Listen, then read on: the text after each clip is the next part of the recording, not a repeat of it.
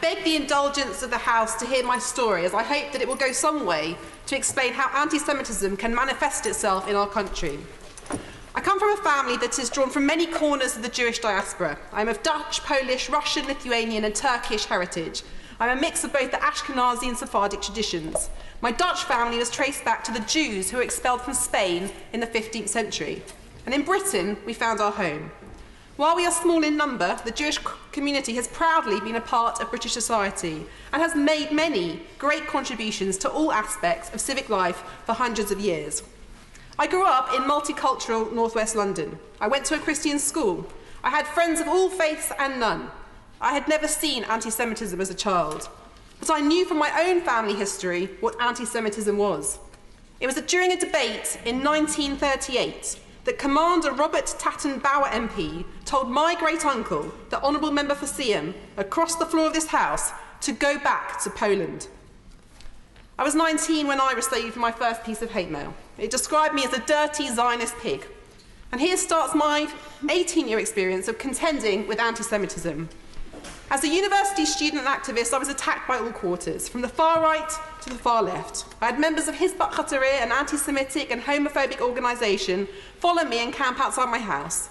I received countless anti-Semitic emails and letters condemning my work as the convener of the National Union of Students anti-racism campaign.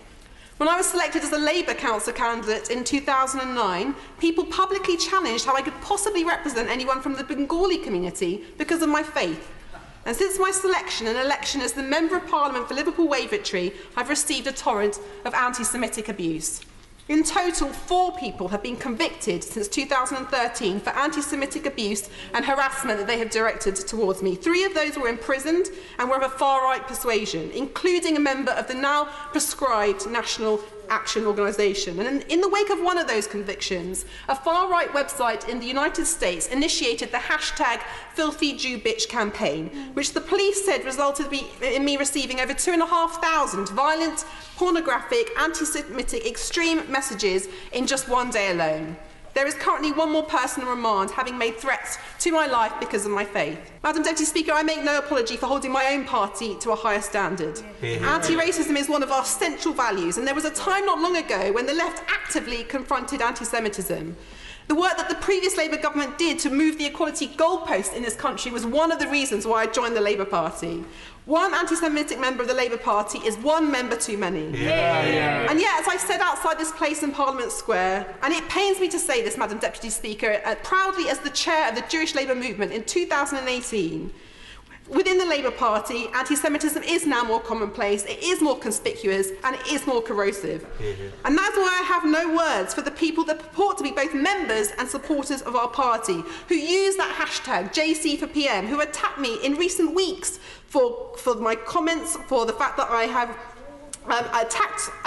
they've attacked me for speaking at that rally against anti-Semitism, who've questioned my comments, where I question the comments endorsing that anti-Semitic mural, who say I should be deselected or have called it a smear. But there are people who have accused me of having 2 masters, that have said that I am Tel Aviv's servant, that have called me a paid-up Israeli operative, who've said, and essentially it's anti-Semitism of the worst kind, suggesting that I'm a traitor to our country. They've called me Judas, a Zion-Nazi, an absolute parasite, telling me to get out of this country and to go back to Israel.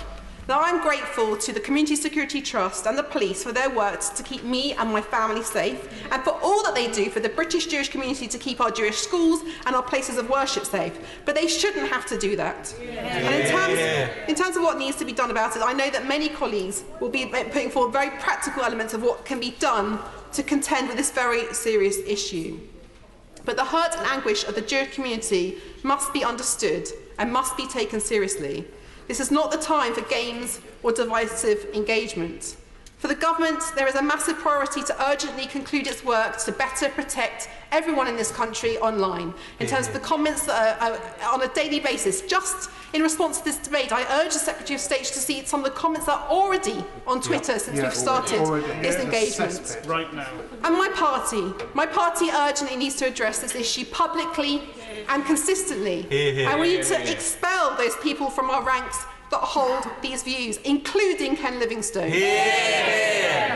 Madam Deputy Speaker, we have a duty to the next generation. Denial is not an option. Prevarication is not an option. Being a bystander who turns the other way is not an option. The time for action is now. Enough really is enough. And I just want to conclude with the very eloquent words of the former Chief Rabbi, Dr. Jonathan Sachs. And he said, "An assault upon Jews is an assault upon difference. And a world that has no room for difference has no room for humanity itself." Andrew Kersey.